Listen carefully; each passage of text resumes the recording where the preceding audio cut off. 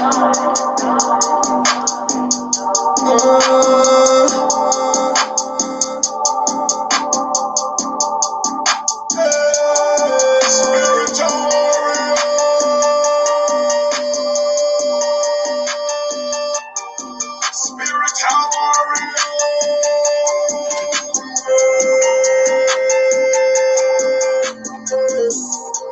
like I'm on mountain like Moses. Feeling like King Ace, I'll be the chosen. But now you're in my blood, my fire in my blood, there's a lion in my blood. I represent it, they ain't heard truth like this in a minute. I ain't had dogs to tell in a minute. I need a queen who can solve my fringes, play in my bed and I reminisce how they used to be glorious back in the day. I get excited and make a fist when I think about King David back in the day. Remember Samson? Yeah. He was a Messiah. He had the power like 300 lions. He had the bloodlines. He had plenty of power. The power because of his diet. He had the most high. All that they had to do was to follow the script. That was the most high. But David so much they know how to follow the script.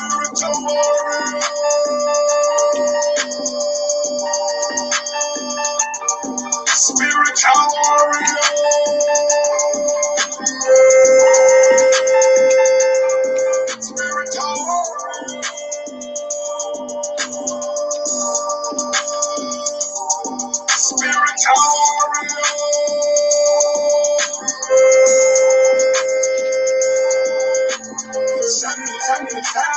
I'm known as the Lion of Judah. Nathan, attending the Lion of Judah. No other name will be great his name. Exodus 3 told me the name. Connected to heaven, the sun in the space. The God that we represent the sun in the space.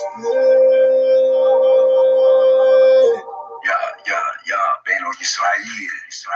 We split Jordan, we split the Red Sea, all for the most high glory. Somewhere y'all ain't telling it right. Malachi expressed the story. I remember when we had a government. King David was running the government. Solomon, he was running the government. Fell off, people talk about the covenant. Never compare it to other men. We are the children of Abraham. Black sheep, we belong in the promised land. Bury our body by Abraham. The commandments of God, Levi carried the ark. Saul was sick, David he play on the ark. Spiritual power, my people be sick of the power. We are the people who bear the most high flag.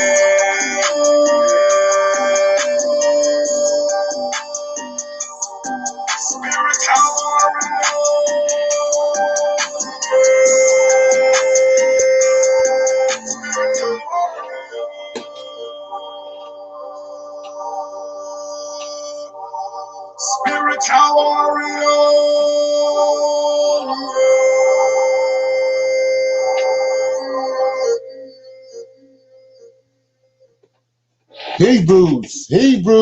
Hebrews. This is Non-Messianic Conversations. This is our Sabbath class, the 27th of March, 2021. Before we get started, I wanted to let you know to like and share and subscribe to the channel and hit the notification button so you'll know whenever we come on. Okay, so with that being said, we're going to go to our moment of silence and our prayer.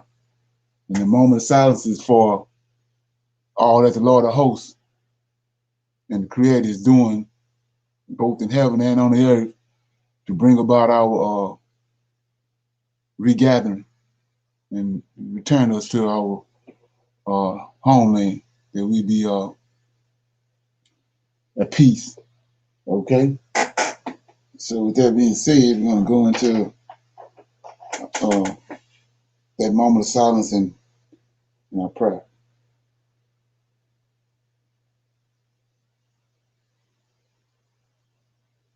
O Lord, we come before thee at the beginning of the Sabbath day that you, O Lord, have given unto us for rest.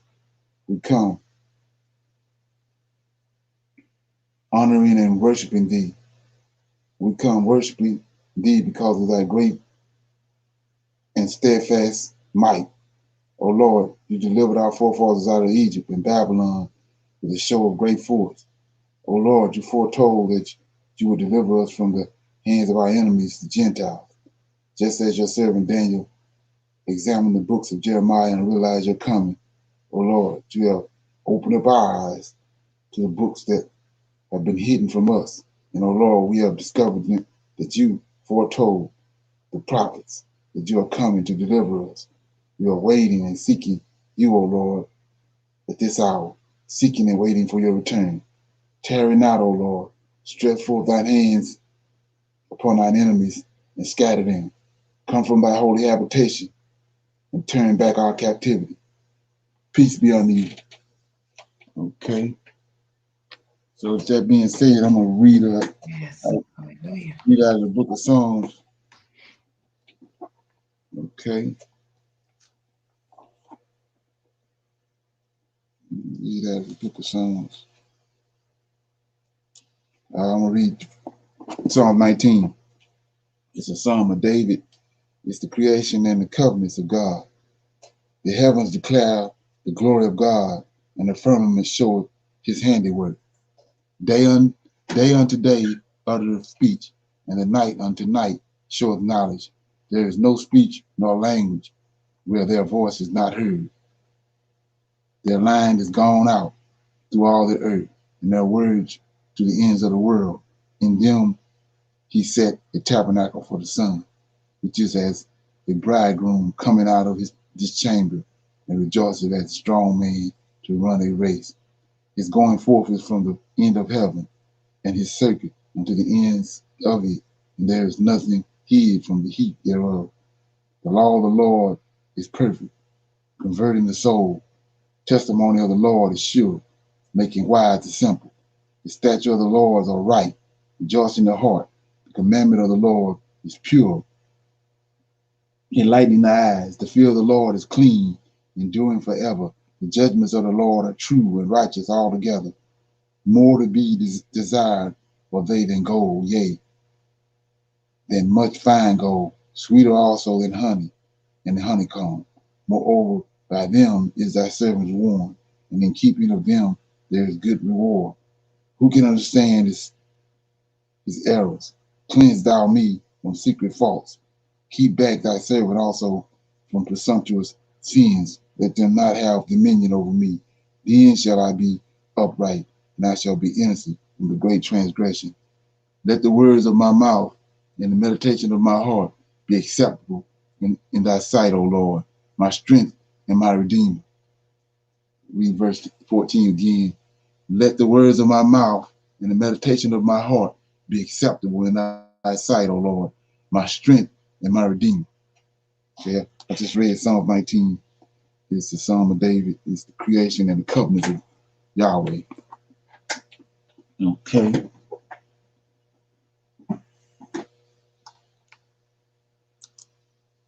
Shalom, sister. Okay. So I'm gonna go into current events, and anybody got any current events? Anything they want to bring up?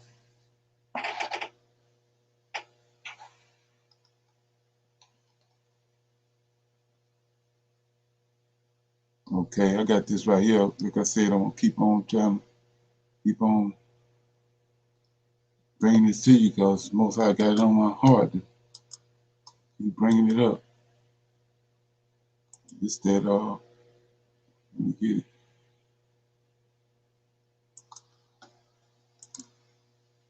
About that asteroid. So it says right here, Earth to avoid a huge meteor for the next 100 years. Says NASA. So it says NASA says that 1,100 foot meteor Apophis will not smash into the Earth in 2068, which had been considered a possibility, concerning that the flying rock would collide with this planet when it passes in 2029 and 2036 had previously been ruled out, but only now as scientists ruling out the potential catastrophe 47 years down the line and beyond. Okay, say 2068 impact is not in the realm of possibility anymore, and our calculations don't show any impact for at least the next 100 years. NASA Center for Near Earth Object Studies divide. So, like I was saying before, Let me get this. Shalom. Yeah, so like I was saying, this, all they doing is, when you understand how they operate, they just keeping that in the background, keeping that keeping that in people's head about these meteorites that's passing the Earth because of what they got planned. Like I said, you go to YouTube and Google signs on the money, and you'll find out that they got a water event they got planned for uh, to ignite a nuclear device in the Atlantic Ocean and cause a tsunami that's going to hit the west coast hit the east coast of America. So, like I said, a lot of people don't know that, but do your research, you'll see it. You come to find out that if they take the time to put it on the money and all that entails and the cost of it, it's going to happen. Right. They had it on. They had the Timothy McVeigh and Oklahoma City bombing on the money. They had World Trade Center on the money. So you best believe this going to happen too. So like I said, trying to keep everybody informed on that because on top of that, they just announced that they're launching a $10 billion time machine. So yeah, they really doing the most. Right. Yeah. As far as I'm concerned, they've been dealing with time travel, just Right. like with cloning. They want to make you think it ain't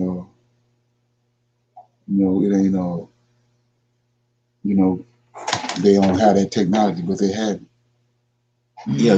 On that note too, I was sitting there thinking the other day, when on the Star Trek, the movie Star Trek, when Scotty would, he beam somebody up, he tell Scotty to beam him up. They might be out on some planet somewhere. Then Scotty would, he had that whole spaceship, Star Trek Enterprise. The technology that was on it, they can beam that person on the planet. Then at the time appointed, they'll beam him back on the ship. Yes. So if you some people living on some planet and then this person materialize in front of you, when Scotty beam him up, then it's technology behind that. You got when you see that, you say, well, it's somebody doing that. So it's some technology unbeknownst to them that's causing them to be able to do that. See what I'm saying? So the Most High, Michael appeared to Abraham. Michael came in the cool of the day. See what I'm saying? Yes. So these angels come in appearing. So it's some technology somewhere where they came from that we can't deal with. It's over our head. You gotta think about that. Yeah. So ain't no difference when he appeared than when Scotty beamed somebody else. So we already know what kind of technology on the Star Trek Enterprise. So what kind of technology is in heaven? And where these angels coming from? It'll blow your mind. Okay? Yeah. So thought I'd inject that in there. So I'm on I was telling you about that. So now I wonder, a while back, maybe last year, I had like a series of different types of dreams or whatever. I talk about them every now and then, but I was telling the people on the line about a year or so ago about, and I'm figuring out a lot of it, but it's still the Most High. I always bring stuff will come across my path, and then it'll take me back to that, to the dream. I didn't learn through dealing with this how the Most High he works, because when he deal with the prophets and the dreams and visions and all that, where you can have a dream and he can send you something, a warning or whatever, to forewarn you about something. The dream can go from you, like Nebuchadnezzar, like the Pharaoh told Daniel. I had a dream, but it's gone from me. So what you got to do is tell me what I had dreamed, reminding me of what I dreamed, and give me the answer. So you sitting there, and the dream that went from you, but the Most High, when He brings stuff to you and come across your path pertaining to that dream, then you, because of who we are and the melanin and all that, He automatically triggers it. But you know, that's over a lot of people's head. So anyway, I'm gonna play this little video. The dream I was talking about was, I was walking on this road. It was like an old country road, you know, with the dirt road, the trees, and I came across this. It was a wooden fence down the road, down the side of the road, and I seen this pond, and in that pond was something in the water. Kept going. I could see moving under the water. It was like a water, but it was like muddy water, and it kept going round and round in the pond. So it got my attention.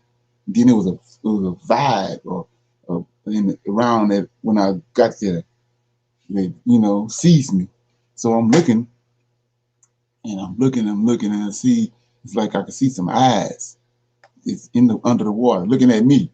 So I stopped, and when I stopped, it kept going around, and it got faster and faster and faster. And then so then I looked. Some told me, look over there. There was a tree right at the edge of the pond. Big old hole was there. So I was looking, then whatever was in the water was heading around the pond to come and try to go down that hole. So I grabbed a big old log I saw there, and I rammed it down that hole, and then where it couldn't get out of the pond. So it started just going faster and faster. Well, by that time, the wildlife people came, and when the wildlife people came, he was they came and they got in there, got their long water boots and all that, and they got in there and they seized it and pulled it out. But it was a big old snake. It was a big snake. And then, but the thing was, when they pulled him out the water, he had human characteristics.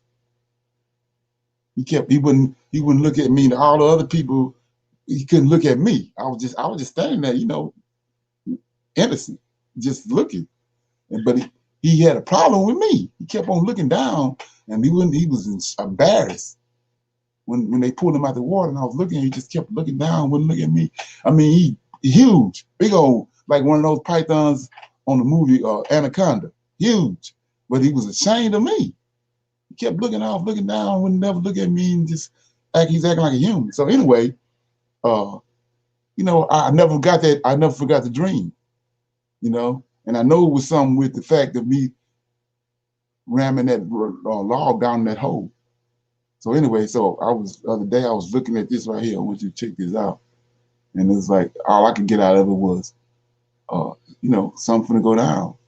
So you can just check it out. Maybe for somebody else, I don't know.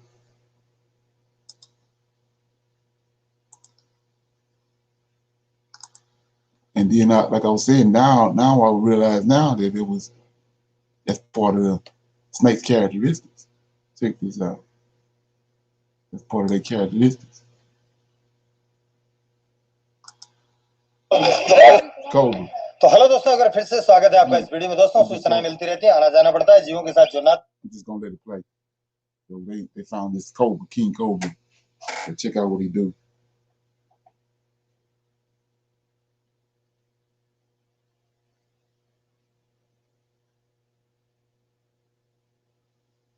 He talking in Arabic.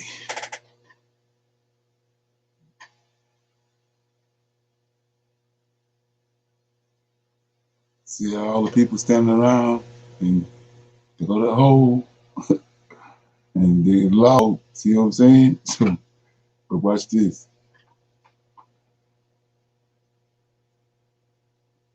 They came out there. He took off. He hid himself. He hiding from them. So they gonna call him out though. See the hole?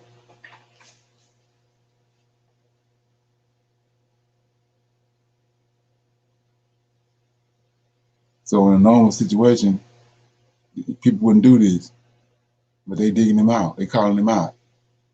Watch this.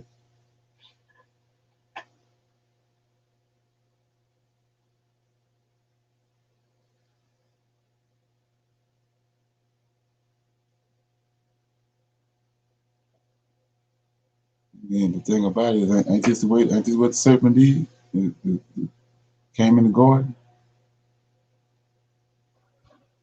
Yes. Yeah, he was there. You know what I'm saying? He there, but you don't know he there. But he there the whole time, saving you up, hidden.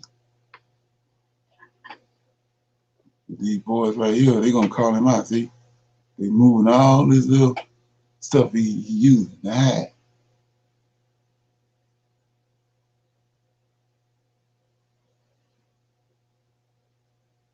So the thing about that is, how many people do that? They go on by their business, and now they being watched and being manipulated. Watch this here.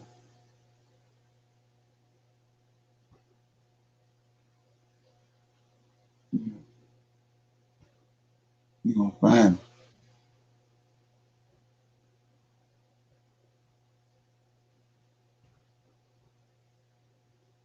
They determined. Yeah. That's how we gotta be in these last days. Yeah. They go to Yes. hold. Like I said, you sitting there thinking it's a lot of this crazy stuff you're thinking and happening, thinking it's got something to do with you, but it's a damn serpent running around. Hidden. Right.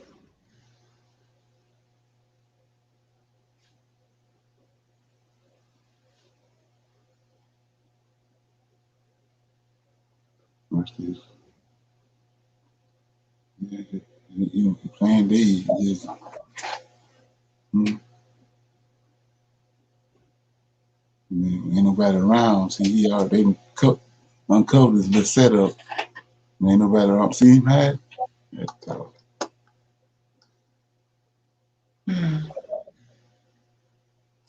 So that's like I was saying before. They had got human capacity. He got human characteristics. I'm sitting there tripping, thinking that's how normal. But that's how snakes is. It's slick. Watch this here. He stayed hide. He moving them stuff. Right. He moved somewhere else. But they're gonna call him out.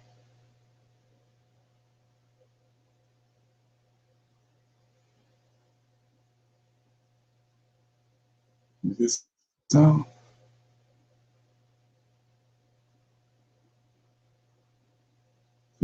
Bring him out. And this song? He keep going under the. Nah, he Oh, said he there got you it. go. Nah, he gonna show himself now. Yeah, you hiding. He gonna want you to be hiding his face. And that song? Okay. Thought I'd show you all that. Might resonate with somebody. Yeah, when I was watching it, I was like, wow, this is crazy because it's yeah, related to the dream I had. Okay. All right. Yeah, and so anybody got any comments or anything about that? I was I'm gonna show this little video right here right quick. It's about the this all black militia. They had went off the scene for a minute, but all of a sudden now the news they brought them up.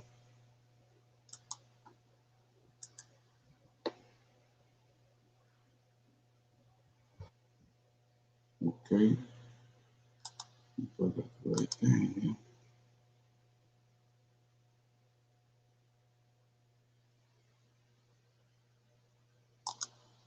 Another community that too often feels unprotected, and the group that's stepping up to do something about it. They're known as the NFAC, an unarmed all-black militia. You might have seen an armed black militia that you might have seen at protests in Georgia, Kentucky, and D.C. Joining us now from Atlanta with more on this, NBC News correspondent Morgan Radford. Morgan, tell us about this group. Mika, good morning. The bottom line is this group says that the U.S. government, as well as law enforcement, simply does not do enough to protect Black Americans in this country, which is why they say they're taking matters into their own hands. And interestingly, Mika, This is a group that is growing. They say they now boast recruits in nearly every single state. So we decided to go and embed with them and see exactly what they're doing and why. Take a listen. The sounds of war, right here at home. This is the NFAC, an all-Black militia with a mission to defend the Black community by any means necessary. So this is training for one of the new chapters. Yes. Appearing by the hundreds at protests from Stone Mountain, Georgia to Louisville, Kentucky, demanding justice for police killings and countering what they believe is the threat of right-wing militias. It's a movement started in 2017 by this man, former musician and Army veteran John Grandmaster J. Johnson. Is the movement growing? By leaps and bounds. We met with him outside of Cincinnati, where he says another new chapter is now in the works. The NFAC stands for the Not Effing Around Coalition. What's behind the name? The NFAC was born out of the last 4 years under the Trump administration. The deterioration of racial relations in this country. It means that you're preparing yourself to defend yourselves. While the group style echoes the Black Panther Party of the 1960s, their goals are distinct, focusing on defense with the ultimate goal of a Black ethno-state. What makes us so different is that our goal is our own government, our own country, a place where we can determine our own future. Is violence an option to reach your goals? The United States was built on violence being an option. Violence should be the last option. Extremism experts say the group is distinct from far-right militias. They have not risen to the level of concern of, say, the Three Percenters, the Oath Keepers. They have not engaged in violence. In fact, in most of their demonstrations, they have, in fact, coordinated their activities with police. When you talk about January 6th, and we saw those rioters storm the Capitol, what do you say to critics who say, you're no different from them? They're extremists, you're extremists. Show me where we have done those things.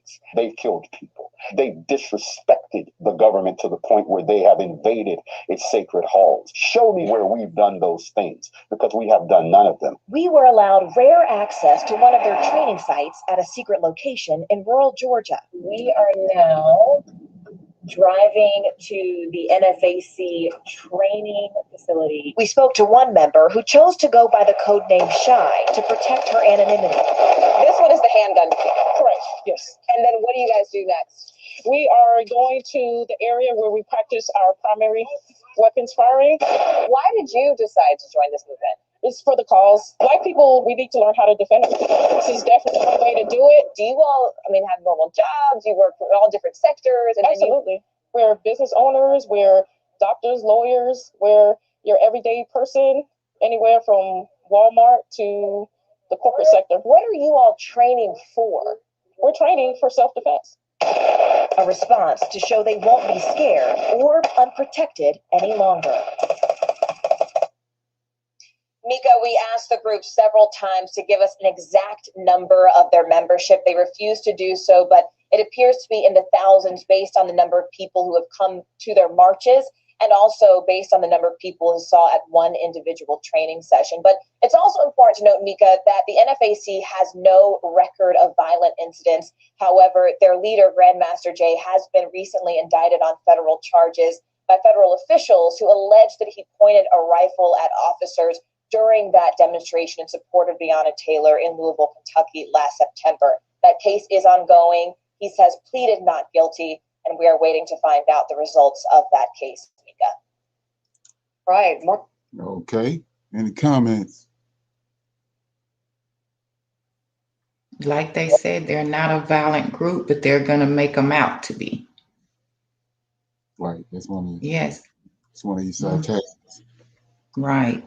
Yeah, they don't do that. Mm. Right. So, like I said, I posted on the post for the class, Sabbath class today, the Occult Catholicism.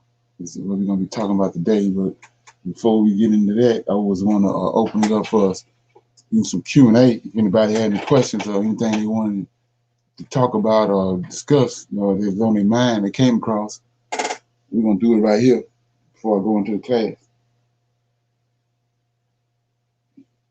any something they like I say they came across and didn't rightly understand it or had a comment on it or whatever. Okay. All right. Nobody have nothing? Okay, so like I said before, the Sabbath class for the day is Occult Catholicism, right? So what I noticed ever since Most High started dealing with me back in 1999, 98, up in that area, was that, then I, started studying and getting better understanding of what was going on. Most High was, I was here, there, all over the place reading these books and, dealing with the Most High. So, I started, writing dividing stuff. And I noticed that what these people have done is they didn't, when you start coming with the truth, they want to separate Catholicism from Christianity as if the two is two different entities. They're saying that Catholicism was, they at Council Nicaea with Constantine, they cloaked Catholicism and the occult and all that over Christianity. They think that Christianity is legitimate, and Jesus and all this, that it's all that legitimate, not understanding that, it's not. It's all that Catholicism, Christianity, it's all the same people, same system. It's the fourth beast, and then they have you thinking of, they're waiting on this system, this wicked ass system that was Daniel talked about. They're waiting on it to come into existence, but it's already in existence. It came in existence way back when, at the end of the third beast, when Antioch Epiphanes came on the scene. So let's read that right quick. Because, like I said, we're going to connect these dots. So they say right here in Daniel that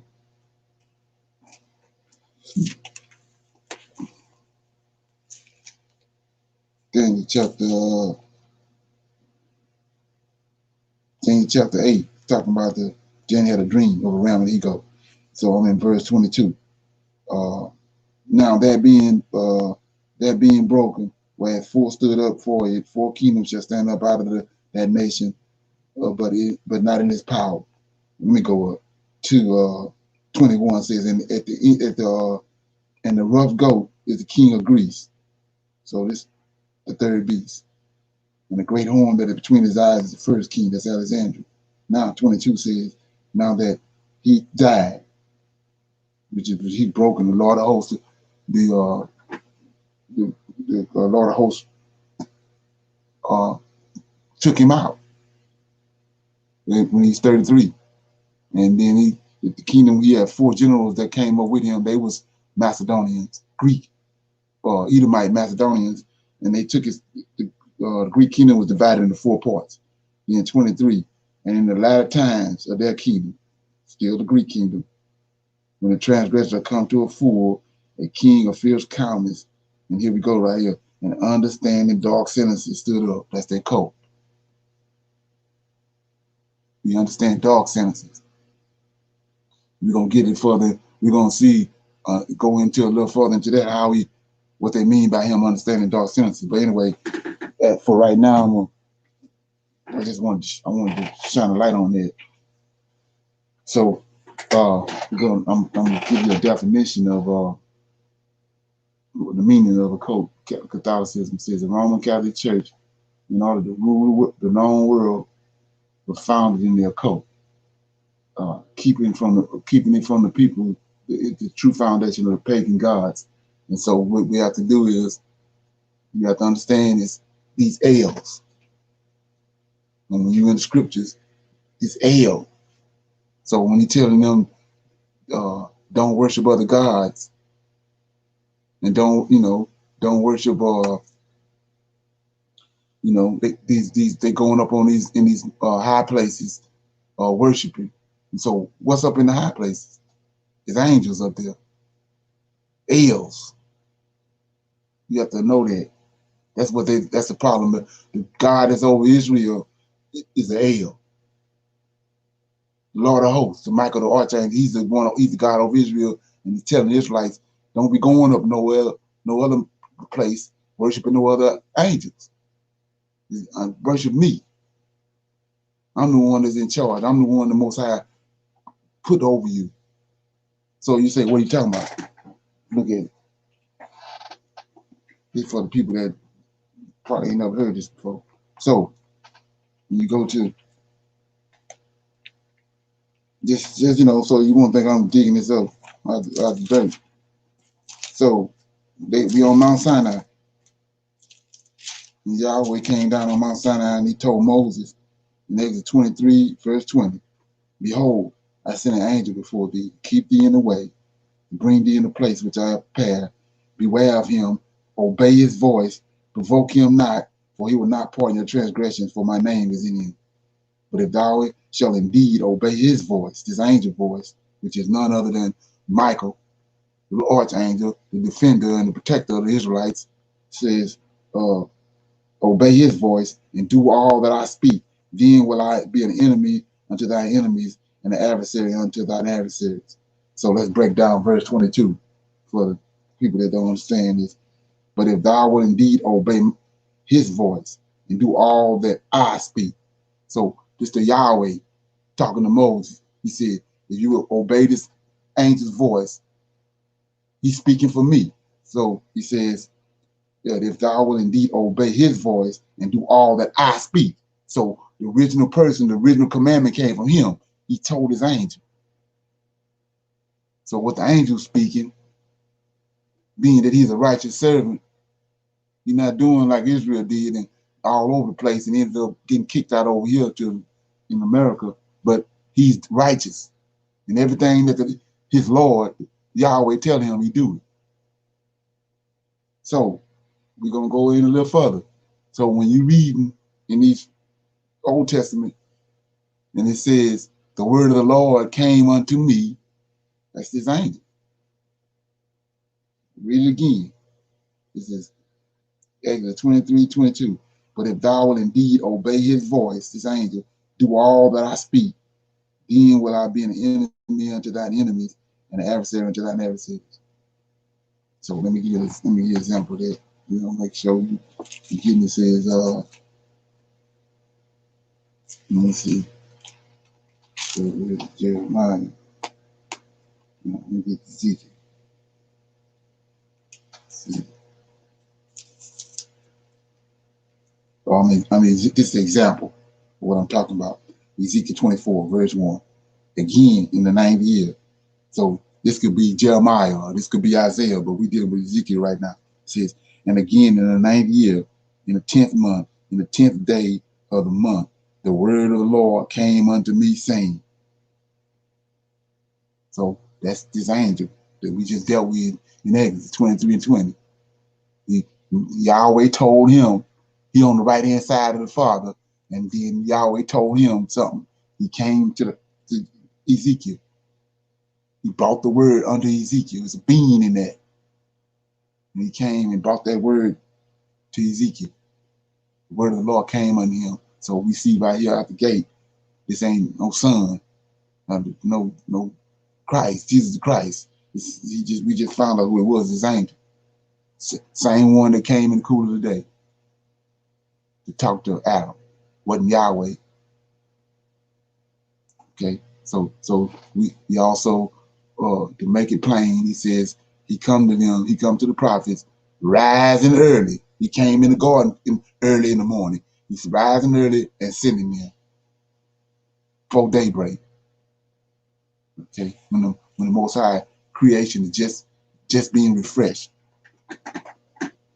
Okay, so anyway, so the meaning of the Roman Catholic Church says the meaning of the occult Catholicism is the Roman Catholic Church, in order to rule the known world, was founded on the occult. Keeping from the people is true foundation of the pagan gods, El worship. So, hence satanic worship, which is none other than Lucifer, right? And it tried to merge two people, those who who writes and ceremonies and creeds. So what two people? You talking about Jacob and Esau. Two. Rebecca had two sons, and the Most High said, let me read it. Now, I'm big on going in the scriptures. Genesis. It says,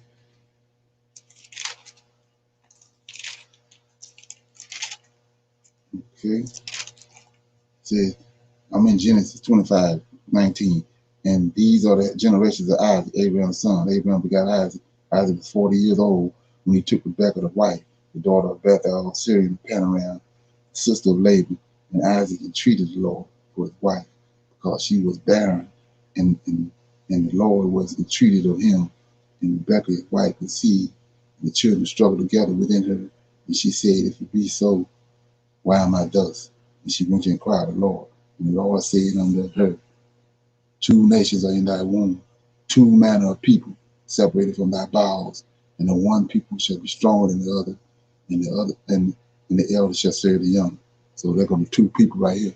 So when you understand the story, when you go back and look at these videos, and you come to find out that Esau is behind all this. Esau is the fourth beast. So what happened? Esau ended up merging with Japheth, and the two of them became one, which is Edom. That's Edom.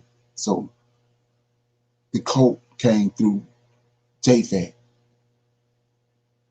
because Japheth, which is none other than Cain's descendants, they came through the flood. They dealing with Lucifer. That's what this angelic epiphanies and understanding these dark sentences came from. So let's look at that.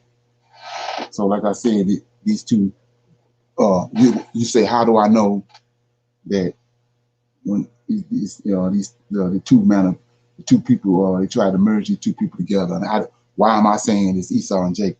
Well, we keep on going in Genesis 25, and I read verse 23 says, the Lord said unto her, two nations are in thy womb, two manner of people shall be separated from thy bowels, and the one people shall be stronger than the other, and the elder shall serve the younger. And when her days were to be delivered were fulfilled, behold, there were twins in her womb, right? 25. And the first came out red all over, like a hairy garment, and he called his name Esau. And after that came out his brother out, and his hand took hold of Esau's heel, and his name was called Jacob. And Isaac was 80 years old when they were born. So Jacob, they were struggling in the womb because of they fighting for the birthright. These little bitty siblings in this womb fighting for the birthright of Israel, fighting for control of the world. That's what it is. So one of them don't belong there. You have to see this. When once the light been shining over, one of them don't belong there. So he's trying to usurp. He's trying to usurp the other one. Just got the rightful heir. He the rightful heir. So he trying to come. He comes out first. When he come out first, Jacob reach out and grab his feet. So when you start dealing with ruling the world and rulership over the world, over the earth, it's either one of these two people. If one ain't ruling, the other one ruling. So we know back in the times of David and Solomon and all them, they was ruling the world from Jerusalem. But then they got cast out because they wasn't obeying the voice of the Lord, the angel that the Most High sent to them, the strong one. So he kicked them out. And Esau, which is a story that you need to understand and do the research on, Esau took over. Now Esau rules. And Esau is the fourth beast. That's why the Most High says that once you figure out what's going on with Edom, then you understand the nature of the fourth beast. And understand the nature of the fourth beast. Let me read that. Okay. So he says,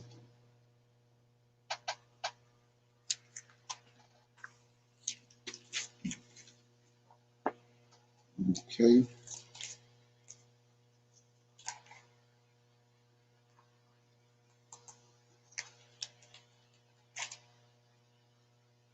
Mm.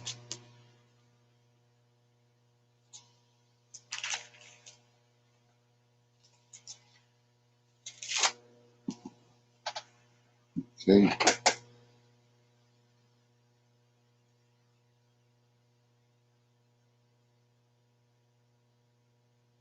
Yeah, I might want to get jammed up on this, but it says that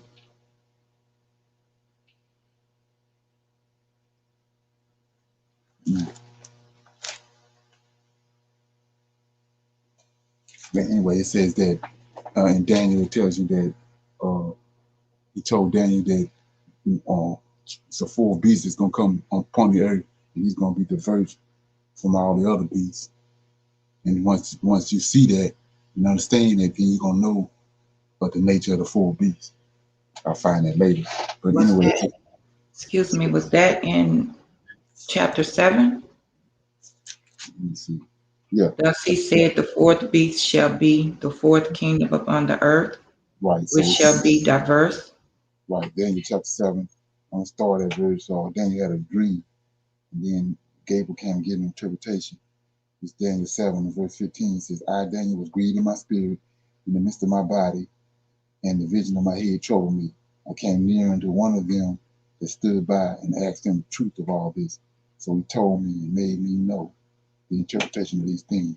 These great beasts which are four kings which shall arise out of the earth. But the saints of the Most High, that's the Israelites, shall take the kingdom. It goes back to, we lost that. We lost our kingdom in 143 BC when the Anti-Epiphanies came. But he's telling you right here, we're going to get the kingdom back. So he says in 18, but the saints of the Most High, that's Israelites, shall take the kingdom and possess the kingdom forever and ever. Then 19, then would I know the truth of the full beast, which was diverse from all the others. The other three, exceedingly dreadful, whose teeth were iron, and his nails of brass, which devour and break in pieces and stomp the residue with his feet. So the fourth beast, and the fourth beast is Esau. He went Alexander the Great, grandfather Zephno, was in captivity in Babylon, in Egypt under Joseph. Joseph died, he fled, went to Greece, and he started ruling over Greece. And that's how Esau came intermingled with Japhet, and they became one. Edom, Rome and Edom is the same people. They became one. That's who ruling the world now, Esau. So back to the prophecy that he said that Jacob is going to grab a hold of Esau's heel. He's going, in the very end, he's going to get his kingdom back and rule the world. But right now, Esau rules the world. He's the fourth beast.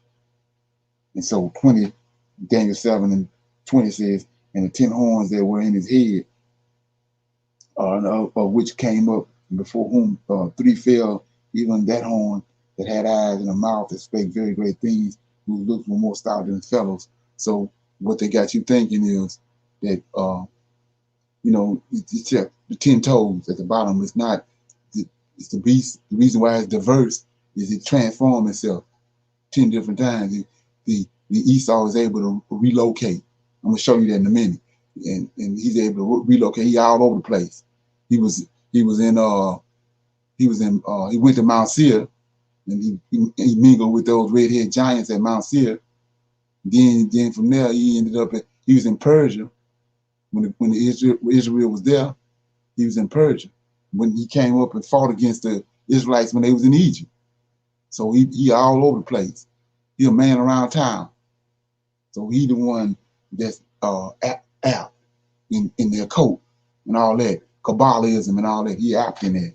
So he the fourth beast. He got to be ruling over the Gentiles. Let me give you an example of that before I go into this. Before I'm going to go into it. So he said, I'm in Genesis chapter 10. I want to show you the merger between the two. And it's right in your face. But somebody got to show it to you. Genesis chapter 10.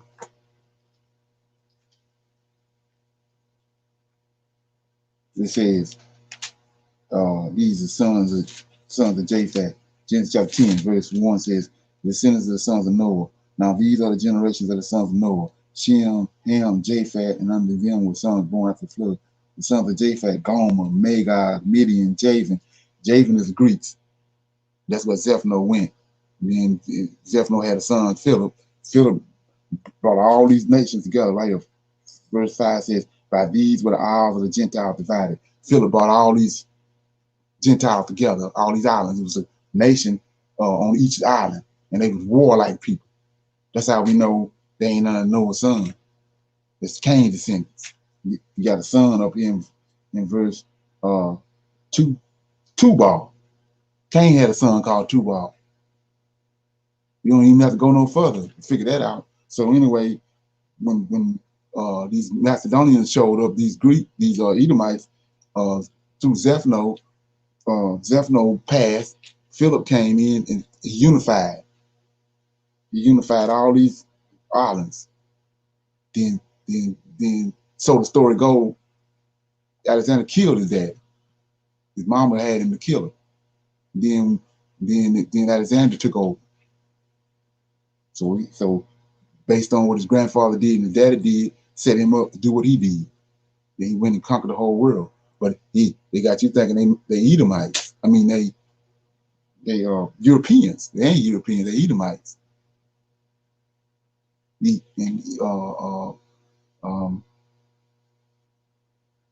And their epiphanies come out of that lineage. And they understanding dark sentences is a system. It's a cult system. So let's see where it came from right quick. Okay. So he says it's got rites, ceremonies, and creeds, right? And oaths. That's what this occult system is. And in Catholicism. So let's look at the origins of it. I'm in the book of Enoch. And it says, I'm in the book of Enoch, chapter 6. And it came to pass when the children of men had multiplied in those days and were born, and days were born unto them beautiful and comely daughters, and the angels, the elves, I told you, elves, the gods, small g. The children of the heaven saw and lusted after them and said one to another, come, let us choose us wives from among the children of men and begat us children. And here we go. I'm going to butcher these names, but this is where you got to understand what's going on. And Simjaza was their leader. Simjaza is an angel. Said unto them, I fear you will not indeed agree to do this deed, and I alone shall have to pay the penalty of the great sin. Right? So we're going to start right there. We just read over there in Exodus, the Most High told Enoch, he's an angel overseeing. What sin? All the sin. Angel sin and human sin, whoever sin, a rabbit, a dog, whoever sin, this angel over the sin. So we read right here in verse 3, Simjaza, who was their leader, is an angel, said to them, I fear, look at this, you will not indeed agree to do this deed, and I alone shall have to pay the penalty of the great sin. So who he afraid of? This angel. The Most High just told you he ain't gonna part no sin. So he the strong one over the kingdom in heaven. Like I was saying before, if an angel appear to you, that's scientific, that's technology. So if he capable of doing that, then you gotta imagine what kind of technology back where he came from. So this angel over all that, he over all that, he did. Yes. Well, they scared of him. They scared of him. They fear him. They're Yahweh. Mm-hmm. So what you have to understand is ain't nobody even sitting around. They ain't crazy enough to be thinking they can deal with him, but they got a problem with this angel that the Most High got in charge. The very first one he created, he formed. So he says, for they all answered him and said, look at this, all of them, and said, let us all swear an oath and all bind ourselves to mutual implications not to abandon this plan. See that? Plan. That's what cultism is. A plan, a practice. So, but but to do this thing, being swear they all with oaths and rites, and ceremonies. They swear they're all together and bound themselves to mutual implications, right? Upon it. And they were in all 200 who were descended in the days of Jared on the summit of Mount Hermon. See that? They're on top of a mountain. Where Abraham came to, was kicked out of Egypt, he came to a mountain. And the angel appeared on a bush in a flame of fire. They tell you point blank, it's the angel that appeared on the bush, not Yahweh, not the creator. So that's his mountain. The mountain of this El, the mountain of Horeb, that's his mountain. Okay? So then it says, and these are the names of their leaders. Then, I can't even pronounce these names. So all these angels right here. So the occult. This is where the cult started at. So we know one of the people out of, well, let me read this. Let me go here right quick. I need to read this. I gotta read it. So we see this is where the cult started at. These angelic beings in high places. Let me get this right quick. Now, bear with me. Okay, here you go. So,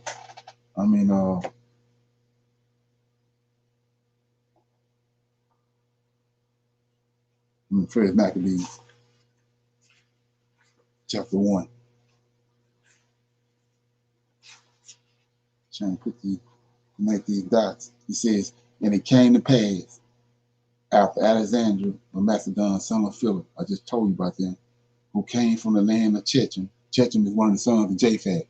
The Edomites and the Romans, they mixed together, became one. Had utterly defeated Darius, king of the Medes of Persia, that he reigned in his stead as he had before reigned over Greece. And he waged many wars. See, they warlike people, and captured fortresses and slaughtered the kings of the earth. And he made his way to the ends of the earth, and he despoiled the multitude of nations. The whole earth was silent before him, and he became exalted, and his heart was uplifted. He mustered a very mighty army and ruled over lands and rulers of heathens, and they paid him tribute. Afterwards, he fell sick and knew that he was going to die. So he called his distinguished servants who had been brought up with him and divided his kingdom among them while he was alive. Alexander had reigned 12 years when he died. Now here we go. Keep in mind what I just showed you. The occult and where it started at. These people here, Greeks, are children of these fallen angels. It says, his servants succeeded him, each in his own dominion. After his death, they all put on crowns, and as their sons after them for many years, and they did much evil on the earth. See that? Then sprang from them a sinful shoot named Antioch Epiphanes. This is the person I just read about that understand dark sentences. The occult. Same person. Says, there sprung from them a sinful shoot named Antioch Epiphanes, the same king, the son of King Antiochus. He had been a hostage in Rome, right? And he became king in the 170th year of the Greek kingdom. See that? And so it says, and let us, so, okay, yeah, so we see right here, we following this system that these angels set up. Okay, so with that being said,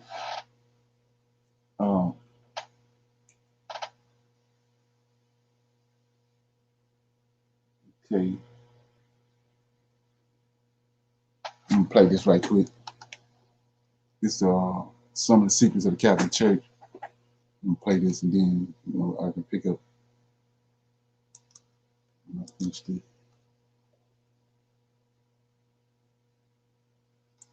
Hope somebody getting something out of this.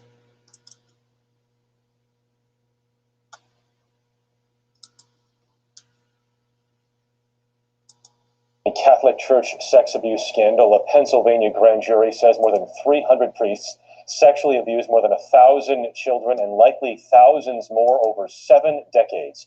Nikki Batiste explains how church leaders protected the priests, putting children at risk. A trove of Okay, hold documents containing allegations and admissions of sexual abuse was kept locked up in what the church calls its secret archives, with the only key in the bishop's hands.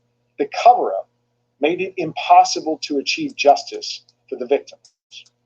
Pennsylvania Attorney General Josh Shapiro laid out a pattern of consistent, decades-long cover-up across the 6 dioceses. The files contained strategies that were practically a playbook for concealing the truth. Among the tactics for church record-keeping, use euphemisms, never say rape, say inappropriate contact or boundary issues. Even if a priest is raping children, keep providing housing and living expenses.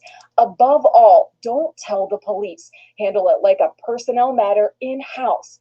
As church officials protected predator priests, careers continued to rise. Many have been promoted. Bishop Worrell is now Cardinal Worrell. Washington, D.C. Archbishop Cardinal Donald Worrell presided over 32 accused priests during his 18 years at the Pittsburgh Diocese. He sat down with us the night before the report's release. During my tenure, we acted very appropriately with many times removal from ministry, totally and completely.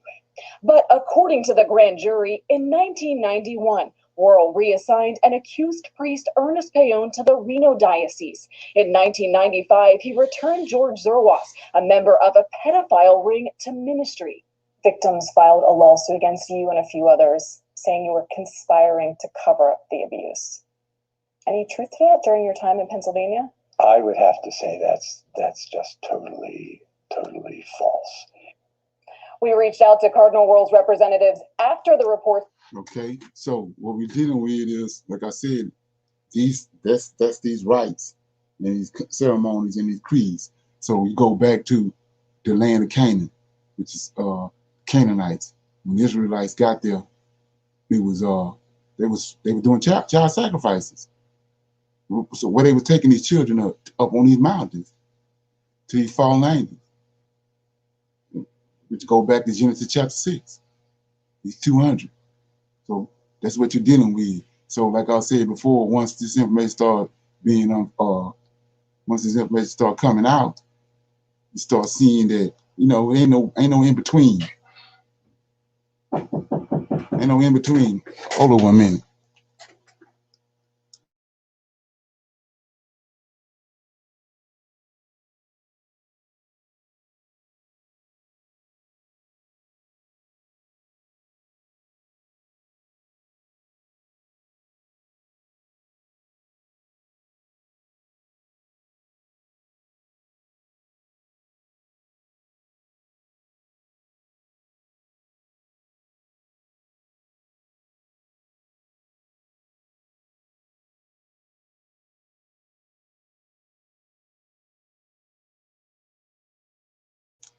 Okay, yeah, so let me see where I'm at, man.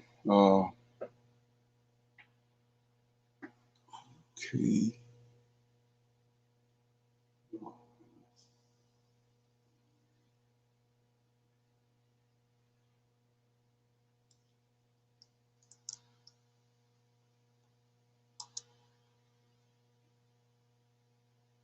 Okay.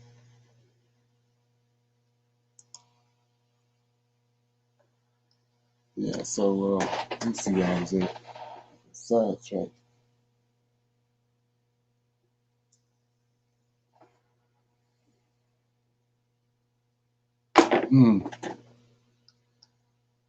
So where was I at?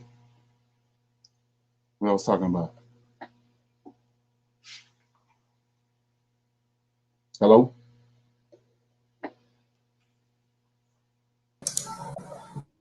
Talking about before the clip. Yeah, well, yeah, before I start, where I was at.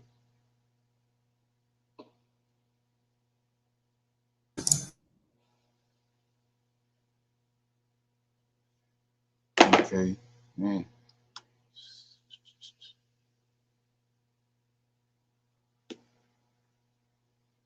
Okay, yeah, like I was saying, these angels they're going up on these mountains, dealing with these angels, and they was doing child sacrifice. That's why you're seeing child sacrifices all over the Catholic Church because of this the same thing. It's been it's not a Christianity, and then Christianity was usurped by this cult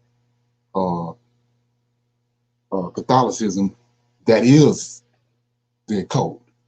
Christianity is the cult. That's what it is. It ain't it wasn't usurped. We see that from when we was dealing with in the class last night. You want to go back and watch the class from last night about Helena and how that all the things that Helena did. Constantine mother is the one she the one laid the foundation for Christianity. Like I said, when you go to Israel right now to a pilgrimage over there to the Via Dolorosa, she set all that up. She the one found the pieces of the cross, and she found his robe and all that. That's because they set it up. Then it's not two separate entities. It's the same entity. So let me read this verse right quick. All right, excuse me, I got sidetracked. But so it says, I read this last night.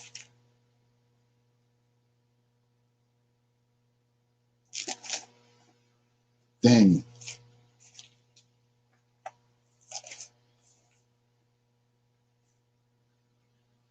Shit, Daniel chapter 8, starting at verse 24, it says, starting at 23, and in the latter times of their kingdom, it's the Greek kingdom, when the transgressors have come to a full, king of fierce countenance and understanding dark sentences shall stand up, and after and his power shall be mighty, but not by his own power. He shall destroy wonderfully, and shall prosper and practice, and shall destroy many people, the mighty people and the holy people. So when it says practice, that's a process, that's a plan. That's what the angels did. The 200 angels of Mount Hermon, they had a plan. When they set it up, so they got the people. They want the Most High, this angel that the Most High put over Israel, because of what the Lord of hosts, because of what Yahweh told him. He had them making sacrifices, animal sacrifices. But these fallen angels, wicked as hell, they want the people to make sacrifice their children to them. That's exactly what they're doing in the Roman Catholic Church. So right here, it says, we read in Daniel chapter 8 that in that Epiphanies understand dark sentences. That's you understand what these fallen angels are set in place. So 24 says, and his power shall be mighty, but not by his own power, and he shall destroy wonderfully, he shall prosper and practice. See that? So whatever he's dealing with, he concocting it prospered. The practice that he was dealing with prospered. That's what the cult Catholicism is.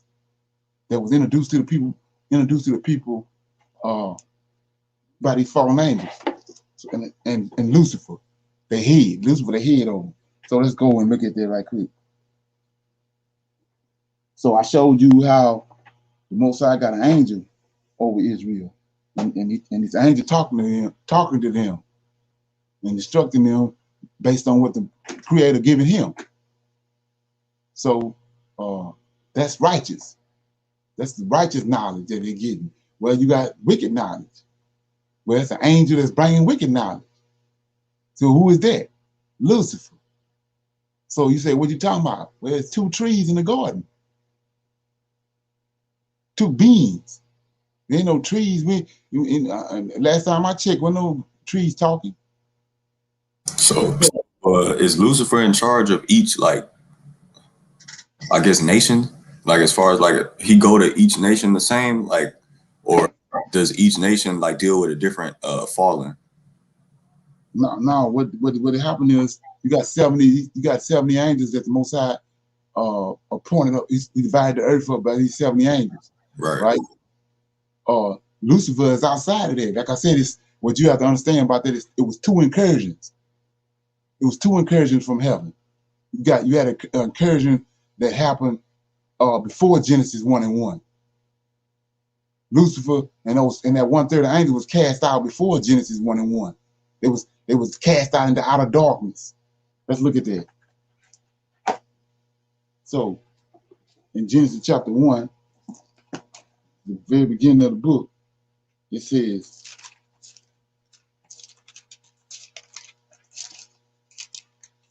Genesis chapter 1, in the beginning, Yahweh created the heavens and the earth was without form and void, and darkness was upon the face of the deep, and the Spirit of God moved upon the face of the water. So between Genesis 1 and Genesis chapter 1 and Genesis chapter 1, verse 1 and verse 2 is thousands of years.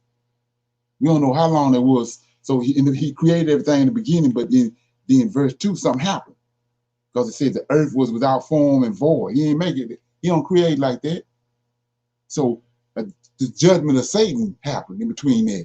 And so now it says, and the earth was without form and void, darkness, complete darkness upon the whole earth, and the whole earth covered with water. So he had same thing he did with Noah's time.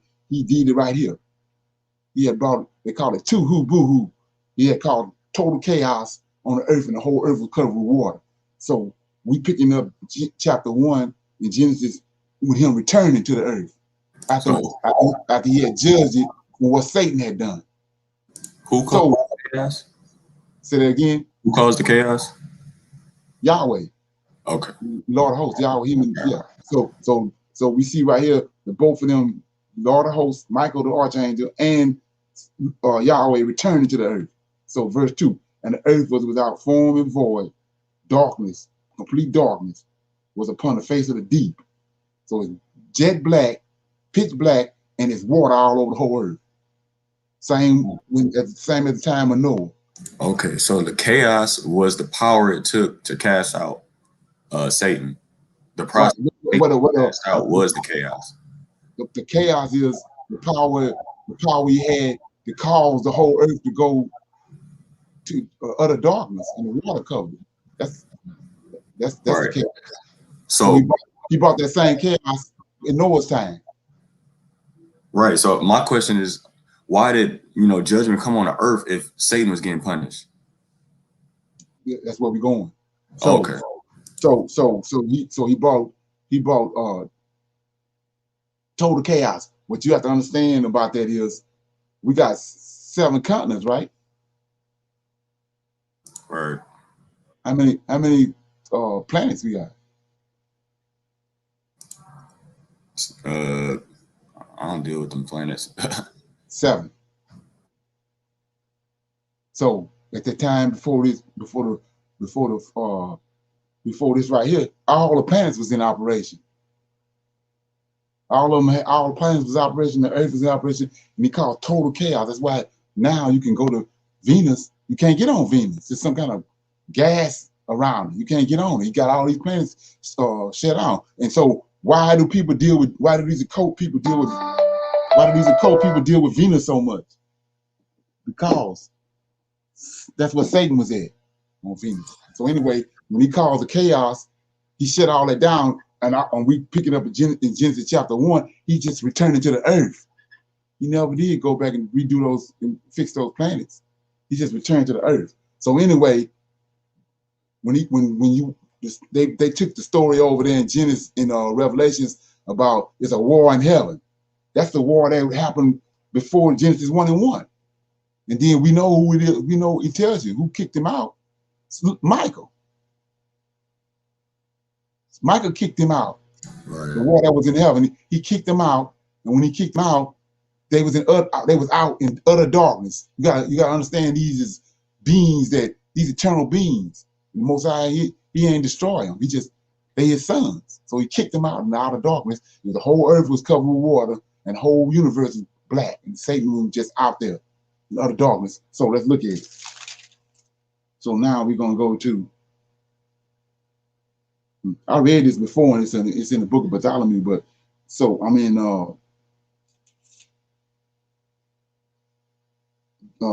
Genesis chapter 1, verse 14.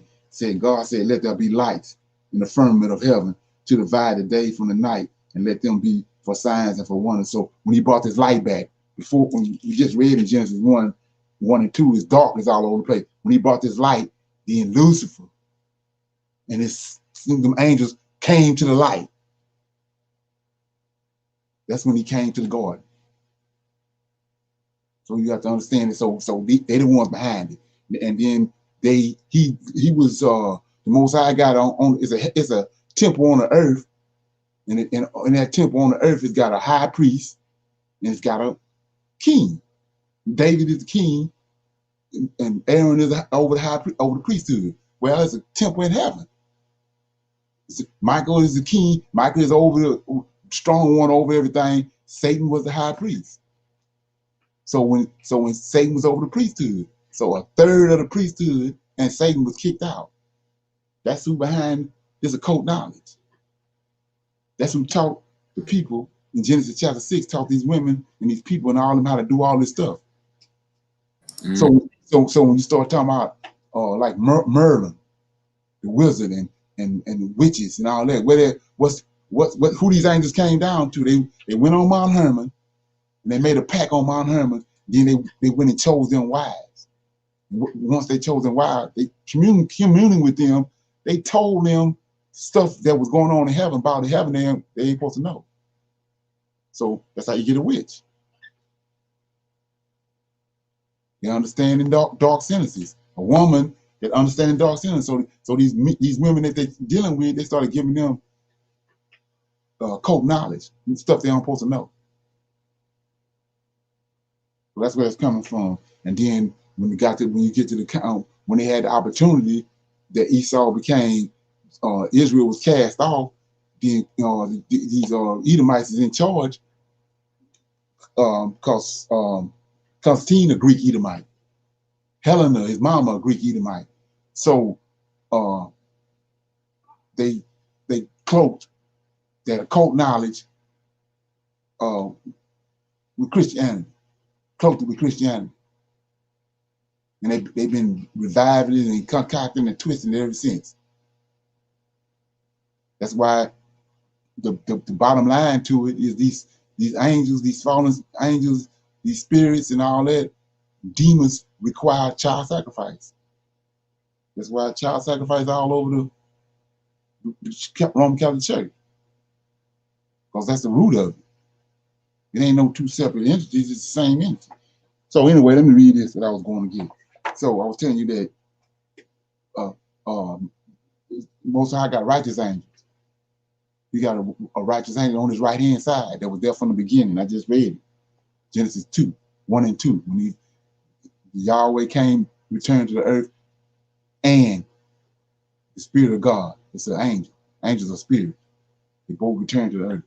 So Michael came in the cool of the day talking to Adam. Michael came talking to Jeremiah. He came talking to Isaiah. He bring righteous knowledge from the Creator. But here we go right here. It's the example of Lucifer. We know who he is. We're going to show how he bringing unrighteous knowledge. Cool. So right here, the book of Adam and Eve, it says, after Cain had gone down to the land of dark soil, and his children had multiplied, there was one of them whose name was Tubal, son of Lamech, the blind, who slew Cain. Satan, Lucifer, came to Tubal in his childhood and made various trumpets and horns and string instruments and cymbals and pastries and lyres and harps and flutes.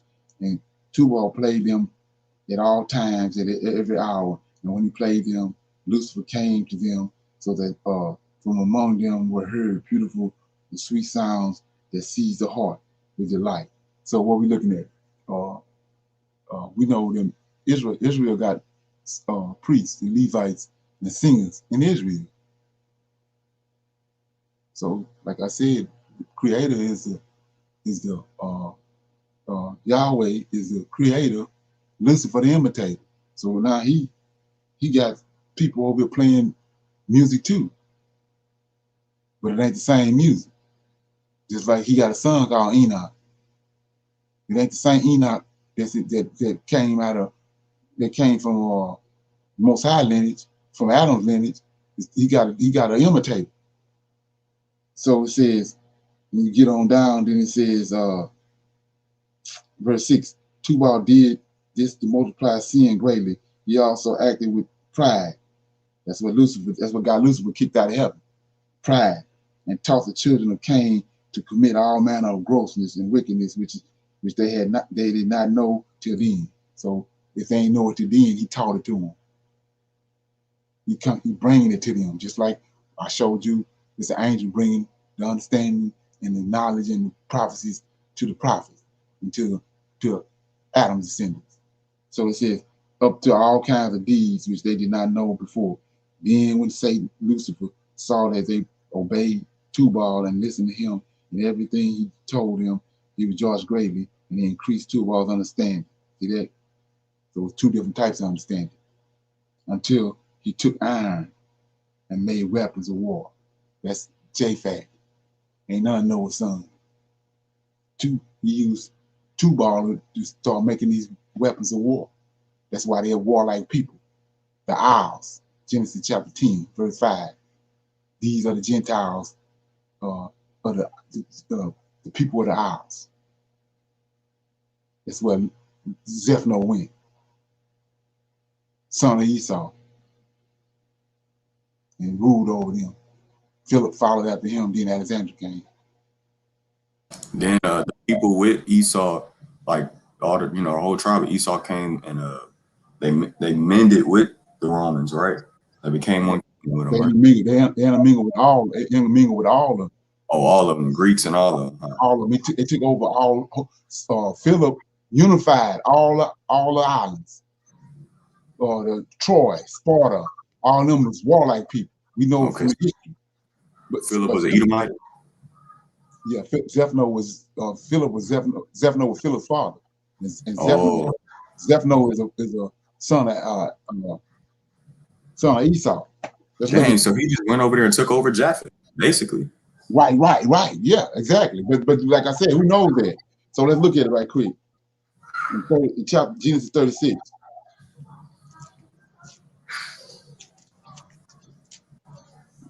Genesis 36, verse 11. It said the sons of Eliphaz were Teman, Omar, Zephno, and Gadam, and Kenaz. So Zephno is from Esau. And all this information is in the book of Jasher. That's why the book of Jasher wasn't put in the scriptures. So Zephno was in captivity in Egypt under Joseph. When Joseph passed, he was released. And he fled to the Greeks, to the Japhet, and he ruled over them. And then like I said, Philip followed him. And then between Zephno and Philip, they set the stage for Alexander to come on scene. So like I said before, it's a being behind him, just like the Most High told. Let's look at it. So we're gonna make it plain. So it's an angel dealing with. You got Jacob and you got Esau. It's an angel dealing with Esau, wicked ass angel, and you got righteous angel, Lord of hosts, Michael, dealing with Israel. So we see how Lucifer behind setting up Zephno and setting up Philip and then bringing Alexander on the scene. Well, let's go to 2 Samuel right quick.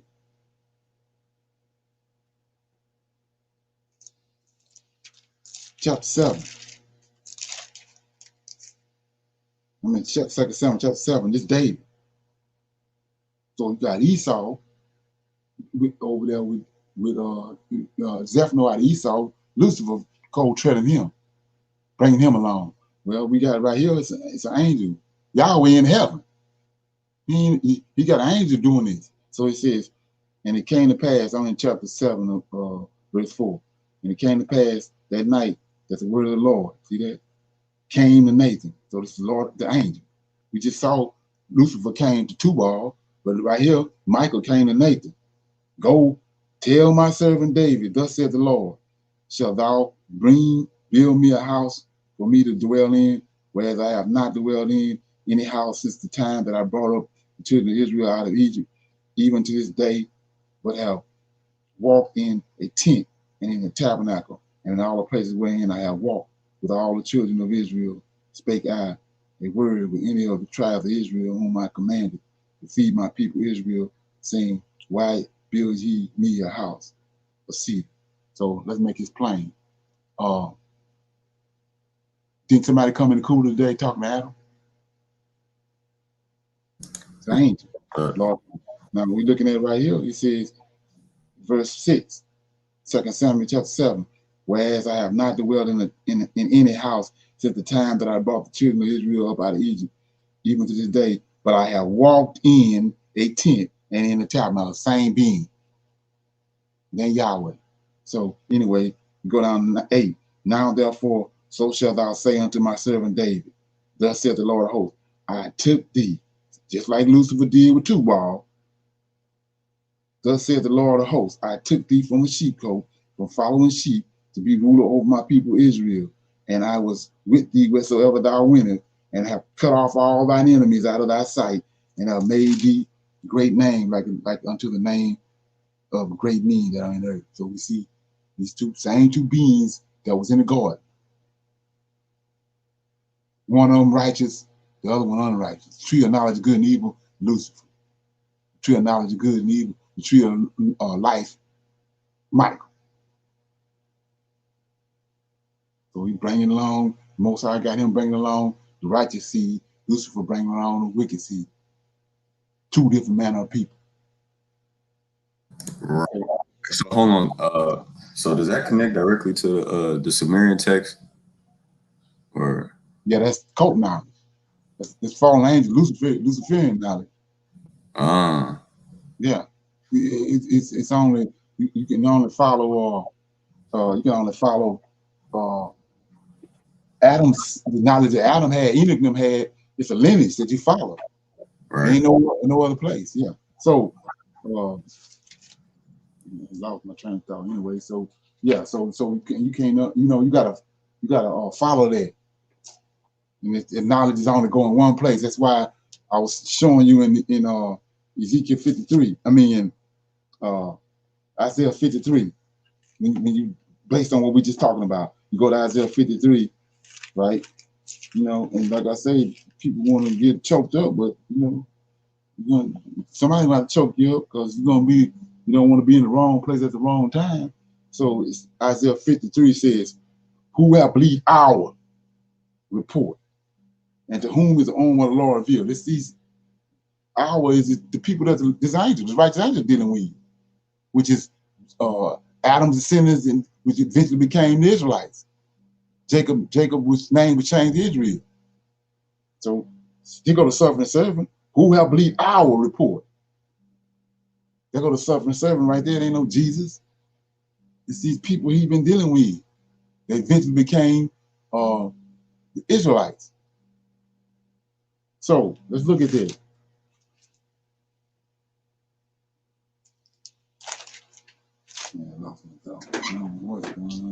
Okay, so let me get this here right quick. These are some of the signs and symbols of this occult knowledge, and this is what you have to pay attention to. So Yahweh deal with signs and symbols. Like I said, he the creator, but you got Lucifer. You're an imitator. Let's look at it. So you can, you can fumble with it if you want, but so here you go right here.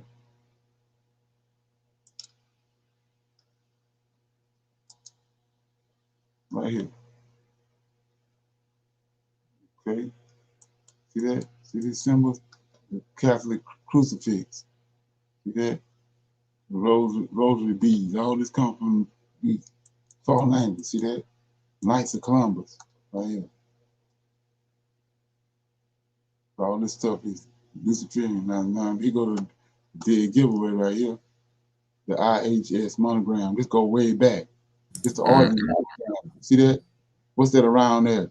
What is that? Sun. Sun worship. Who the morning star? Lucifer. See that? There it is. That's the origin of Christianity. Like I said, then Helena, what we did, go back and watch the video on Helena. She the one came with all this stuff. And then, like I said, then you go to wisdom. All of a sudden now, in the wisdom of Solomon and Ecclesiastics and Psalms, all of a sudden now wisdom of woman. That's because these wicked ass people got hold to God's scriptures. Now they injected it in there. There wasn't no woman there. Wasn't no woman there first. They came in later and injected that because of what they dealing with, the occult, their occult knowledge. All that, them calling wisdom a woman, so all that's folly. What? Right. I mean, so I mean, you got to watch the video.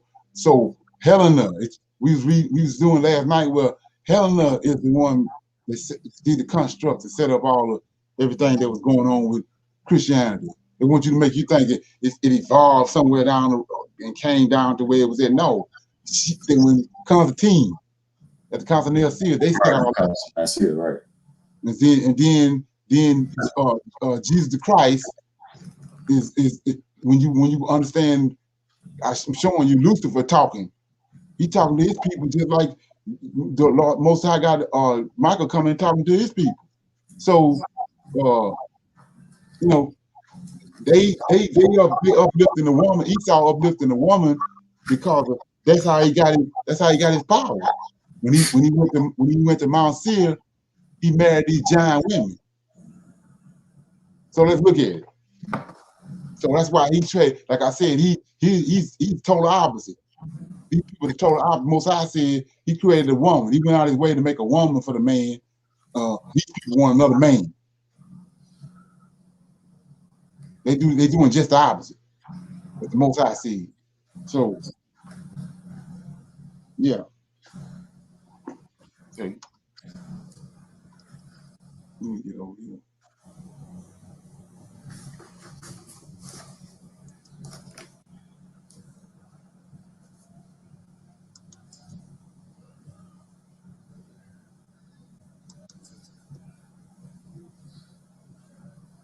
Okay. So anybody got any comments so far?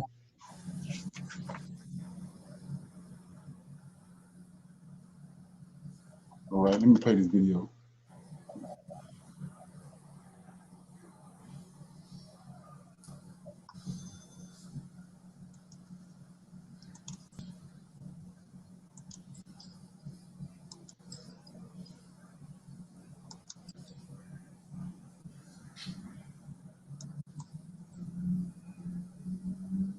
Okay, let me see what I'm gonna do right here. I think I know. Sidebar. Yeah, let me go over here. My bad.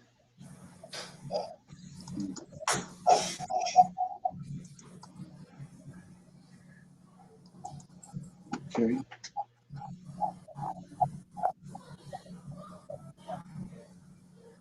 Here we go.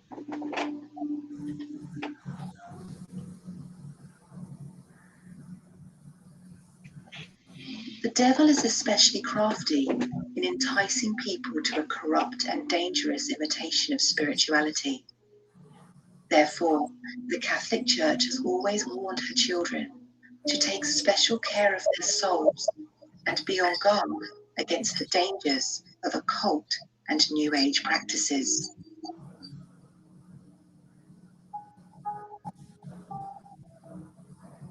In the year 2003, the Catholic Church published a 6-year study on the New Age movement called A Christian Reflection on the New Age.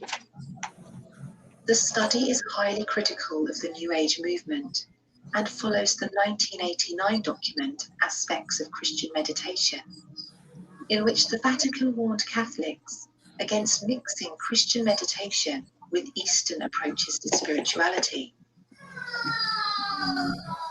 Catholic teaching. You see how they trying to separate the two, because they all one and the same. Is very clear about the dangers of New Age occult ideas. One of the most common elements in New Age spirituality is a fascination with extraordinary manifestations, and in particular with paranormal entities. As in Bartolo Longo's time, people recognized as mediums claim today that their personality is taken over by another entity during trances in a New Age phenomenon known as channeling, during which the medium may lose control over his or her body and faculties. These manifestations are indeed spiritual, but are not from God, despite the language of love and light, which is almost always used. It is more correct to refer to this as a contemporary form of spiritualism, rather than spirituality in a strict sense. Other so-called friends and counselors from the spirit world are labeled as angels, which have become the center of a new industry of books and paintings. So see what you're saying? So the book of Enoch, it's the reason why you hear me bringing up these books. It's the reason they ain't in there. That's why they ain't in the scriptures. So, and that's why people don't have this understanding. So Enoch told us those giants, and the Most High is also mentioned in Genesis chapter 6 that his spirit ain't gonna always dwell with man. Why? Because these angels came down, slept with women, got these giants. It was a perverted spirit, a twisted spirit. So when that giant died, that spirit couldn't ascend to heaven. And then book Enoch tells us that spirits that was in those giants, they keep coming down and they they torture. He said they're gonna torment mankind to the Most High till he come back and judge earth. So this is what these people dealing with. So you say, what you talking about? Well, they can't. Cain was cast out away from the Most High. He was cast out away from the Most High. So he was cast out away from the Most High. So he can't deal with the angels. So we just saw an example of what Lucifer was doing with that too, Cain. So this is what they're dealing with. So when they got to the council of Nicaea, they cloaked it. They cloaked all this occult stuff, all this wicked ass stuff they're doing right here with these fallen angels and all that. They cloaked it in Christianity. But they created Christianity off of copying our typology from the New Testament, from the Old Testament.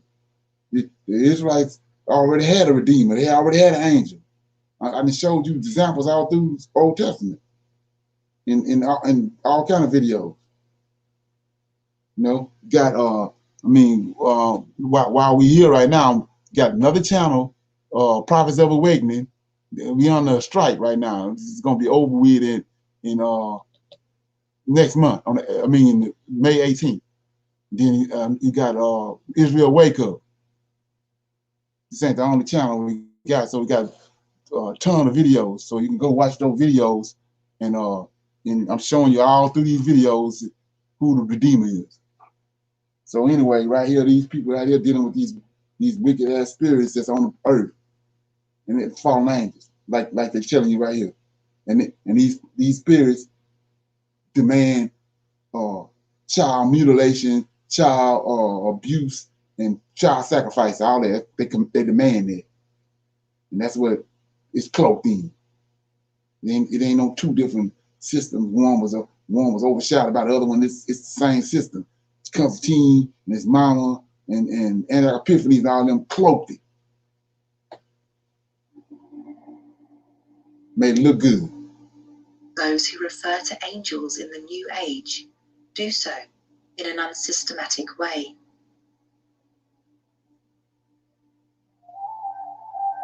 Many people today are convinced that there is no harm in borrowing from the wisdom of the East.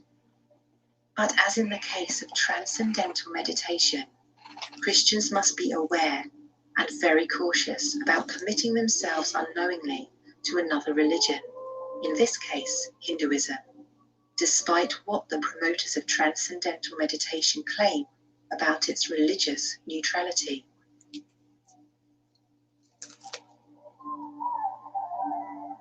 To try to discover the future through tarot cards or palm reading, or to try to control the future through black magic, witchcraft, or sorcery, violates the first commandment.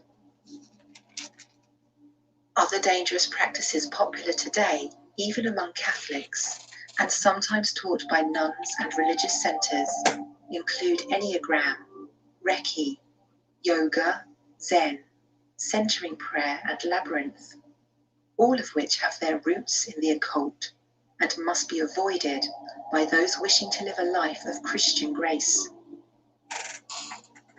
By opening ourselves... Yeah, all this came from Mount Hermon.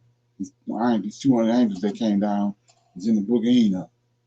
If you don't have a book of Enoch, then you need to scurry to the store, Books a Million, or to get you go online, eBay and Amazon, and get you a book of Enoch.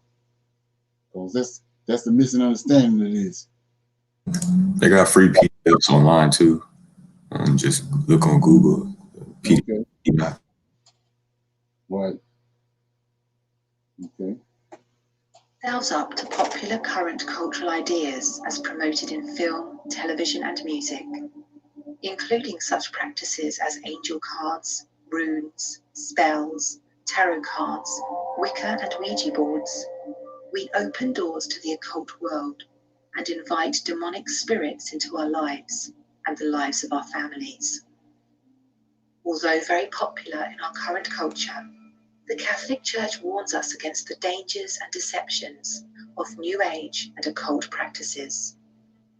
In number 2116 of the Catechism of the Catholic Church, it states, all forms of divination are to be rejected, recourse to Satan or demons, conjuring up the dead or other practices falsely supposed to unveil the future, consulting horoscopes, astrology, palm reading, interpretation of omens and lots, the phenomena of clairvoyance, and recourse to mediums, all conceal a desire for power over time, history, and in the last analysis, other human beings, as well as a wish to conciliate hidden powers.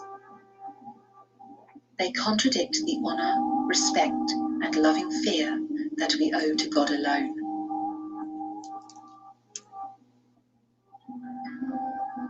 Bartolo Longo is a powerful example, especially relevant today, of a Catholic deceived by New Age practices, but eventually responding to the grace given by God of freedom from sin and bondage to such dangerous deceptions.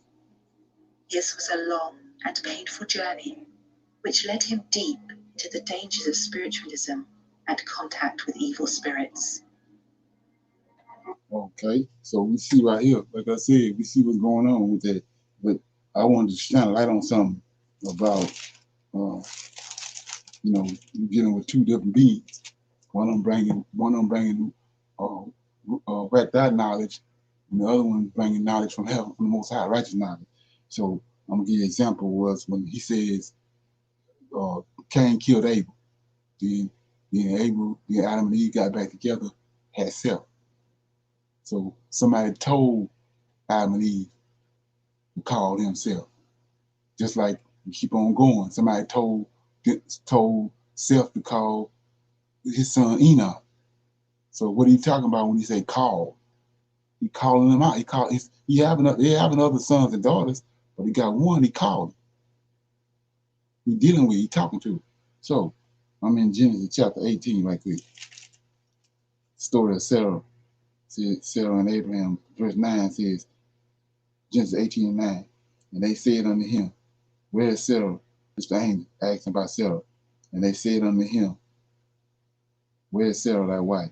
And he said, behold, in the tent. And he said, I will certainly return unto thee according to the time of life. See that? So it's the Michael, the archangel. It's the tree of life. Satan is the tree of knowledge of good and evil. Here go the tree of life. Look what he's doing. It says, and they said unto him, where is Sarah thy wife? Why? And he said, behold, in the tent. And he said, I will certainly return unto thee according to the time of life. Right? Why is he saying the time of life? And lo, Sarah thy wife shall have a son. See that? And Sarah heard it in the tent door which was behind him. Now Abraham and Sarah were old and well stricken in age, and ceased to be with Sarah after the manner of a woman. Therefore Sarah laughed within herself, saying, after I am waxed old, shall I have pleasure, my Lord being also old. So he told Sarah, this is the righteous angel. He told the Lord of hosts, he told her, I'm going to return to you according to the time of life, right? Well, let's go over here. Chapter 20. Chapter 20, verse 1. And Abraham journeyed. Hold up, let me see. Nope. chapter 21. Sorry about that. Genesis 21, verse 1. And the Lord visited Sarah as he had said, and the Lord did unto Sarah as he had spoken. What did he do? He caused her to conceive. He put a life in her. He the tree of life. Okay? So he says, 2. For Sarah conceived and bore Abraham a son in his old age at the set time. See that? Which God had spoken to him. And Abraham called the name. See that? Abraham called. See that? The name of the son that was born unto him, whom Sarah bore to him Isaac. See that? He called him Isaac. And Abraham circumcised his son Isaac, being 8 days old, as God had commanded him. So let's look at it. Go back up to verse 1. The Lord visited Sarah as he had said. It's an angel. We know it's an angel. And the Lord did unto Sarah as he had spoken. Well, let's go back, because, let me show you that. Because, somebody might, you're going to say, well, how did you get that? I was in Genesis 18, and it says, 3 angels visited Abraham, right? And the Lord appeared unto Abraham in the plains of Mamre and said, during the heat of the day, and he lifted up his eyes and looked, lo, 3 men, 3 angels. So one of these angels is the Lord, point blank. So I'm back over here in 21, verse 1. And the Lord visited Sarah, as he had said. And the Lord did unto Sarah as he had spoken. Sarah conceived and bore Abraham a son in his old age at the set time which God had spoken. So let's read it again. And the Lord visited Sarah, it's the angel visited Sarah in Genesis 18, and as he had said, the angel was talking to them. And the Lord, the angel, did unto Sarah as he had spoken. And Sarah conceived and bore Abraham a son, right, in his old age, at the set time which Yahweh, see that, had spoken to him. Don't get it right. It says, and Abraham called the name of the son that was born unto him, whom Sarah bore to him Isaac. See that? So go to the story of Jacob. Jacob wrestled with his angel, same angel. What'd he do? Called him Isaac. Changed his name, called him Israel. And Yahweh. Okay, so with that being said, I'm gonna open it up for some Q&A. Anybody got any questions?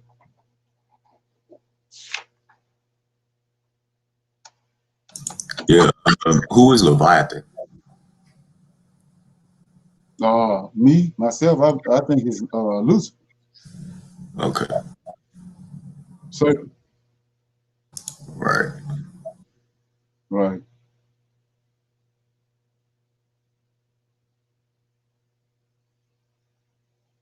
Anybody else got a question? Any questions or comments about what we talked about?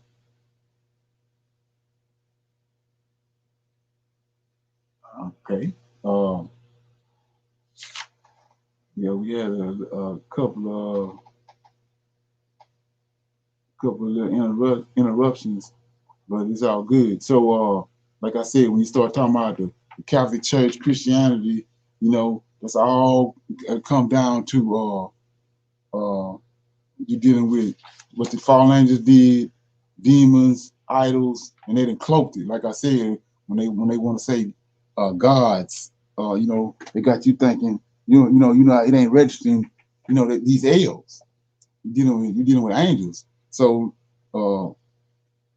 and you have to understand it. So let's look at it. Satan was kicked out. It was 2 incursions from heaven. Lucifer and his angel was kicked out before Genesis 1:1. Then the 200 angels came in through Bethel, and they went to Mount Hermon. That's 2 different incursions. That's why it's giants all over the land of Canaan, because these 200 angels that came in. So anyway, go to what the serpent said, and it's imperative that you understand this. So you go to let me get this.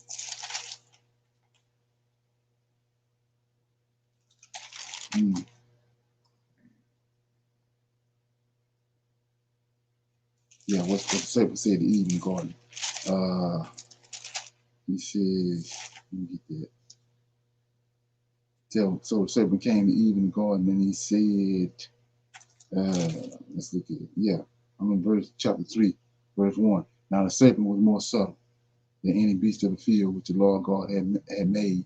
And he said unto the woman, Yea, have God said, Ye shall not eat of every tree of the garden. And the woman said unto the serpent, We may, this is Lucifer, in case you ain't know, this is the tree of knowledge of good and evil. We may eat of the fruit of the trees of the garden, but the fruit of the tree which is in the midst of the garden, God has said, Ye shall not eat of it, neither shall ye touch it, lest ye die. So 4, and the serpent said unto the woman, Ye shall not surely die. Now, you go to punchline. For God doeth know that in the day that ye eat thereof, your eyes shall be open, and ye shall be as gods. See that? Lowercase, little small g. Who is that? Angels. So you can't use that word. That ain't the right word to go there. You're being hoodwinked. So it says, ye shall be as gods, knowing good and evil. It's angels. Ain't nothing else out there. So what do you really, did he mean by wisdom or knowledge, or like the fact of the Nephilim being formed? No, it's like a baby. When a baby first born, he don't know nothing. So he stick his hand on the stove, right? And it burning, right? Right. Then after that, he know it's hot. So Adam and Eve, they didn't know nothing about sin. It's after what the serpent did in the garden. Then they knew. They knew righteousness at first. They didn't know good and evil. But he the only one know good and evil because of pride that came up in him. The reason he was cast out. So once they got exposed to it, then now they know good and evil. But before that, they was righteous beings. So you go on down to verse 6. And when the woman saw that the tree was good for food, and that it was pleasant to the eyes, a tree to be desired to make one wise, she took the fruit thereof. See, she righteous before this. So she took the fruit thereof and did eat, and gave also to her husband with her, and he did eat. Then 7. And the eyes of them both were open. Now they know good and evil. They were righteous beings for that. That's how you know that's Lucifer, the serpent. So after he exposed him to what he knew, he been exposed to wickedness and righteousness. He was righteous at first. And then said 7, and the eyes of both of them were open, and they knew that they was naked, and they grow fig leaves together and made aprons. We already know what happened. He cohabitated with Eve. That's how you get Cain. So before that, they ain't know nothing about no wickedness or evil. So is Cain not the serpent seed? Say what? Like Cain, I thought Cain was a serpent seed.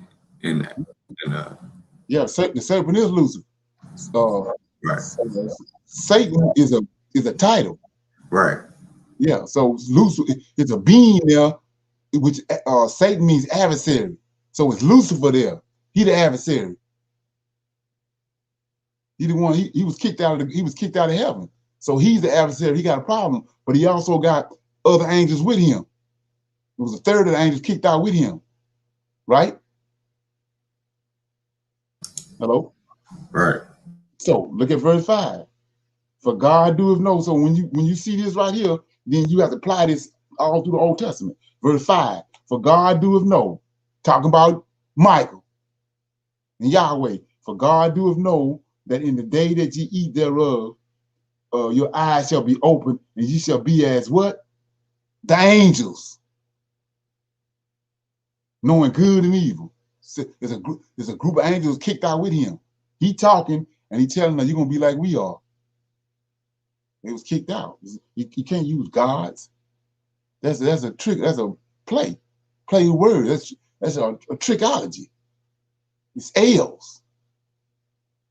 You're gonna be like us, the ones that was kicked out. when a third of them came with me, I was kicked out because pride was found in me. So, like I was saying before, you're being tricked off because of what you're gonna do is say idols and all that. You put idols and all that in there. No, it's L's. That's what was kicked out. Him and a third of the angels. So he telling her you're gonna be like we are, the angels. Then you come to find out this angels up on these mountains and what the Israelites doing. The reason why we ended up over here in America is they going up there on these mountains dealing with these angels in these high places. There's angels up there in high places. Ain't no Corvettes, Mercedes Benz up there. There's angels up there. Ain't number one thing up there on the mountain. These angels. When Moses went to Horeb, there was an angel on the mountain. Yeah, they got it. They just skewed our understanding. You can't deal with, and these angels are requiring child sacrifices and all kind of grossness and molestation and all that. They still doing it. That's what Constantine cloaked in Catholicism in 325 AD at the Council of Nicaea. Cultism. Okay. Any more questions? Yeah, it's hard to swallow, but like I said, it's hammer time. So I refuse to fumble with it. You gotta call it what it is, and most it's hammer time. Time running out. All right. Yeah. Everybody good?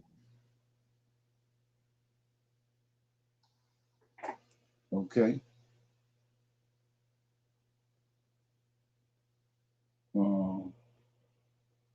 Let me play this here and then we'll close out.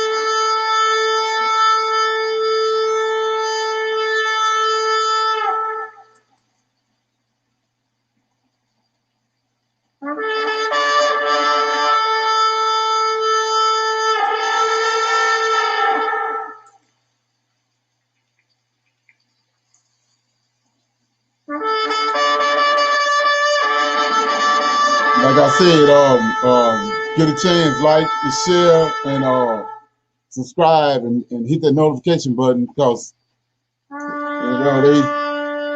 all over on my case, man. So I'm having to jump around right now.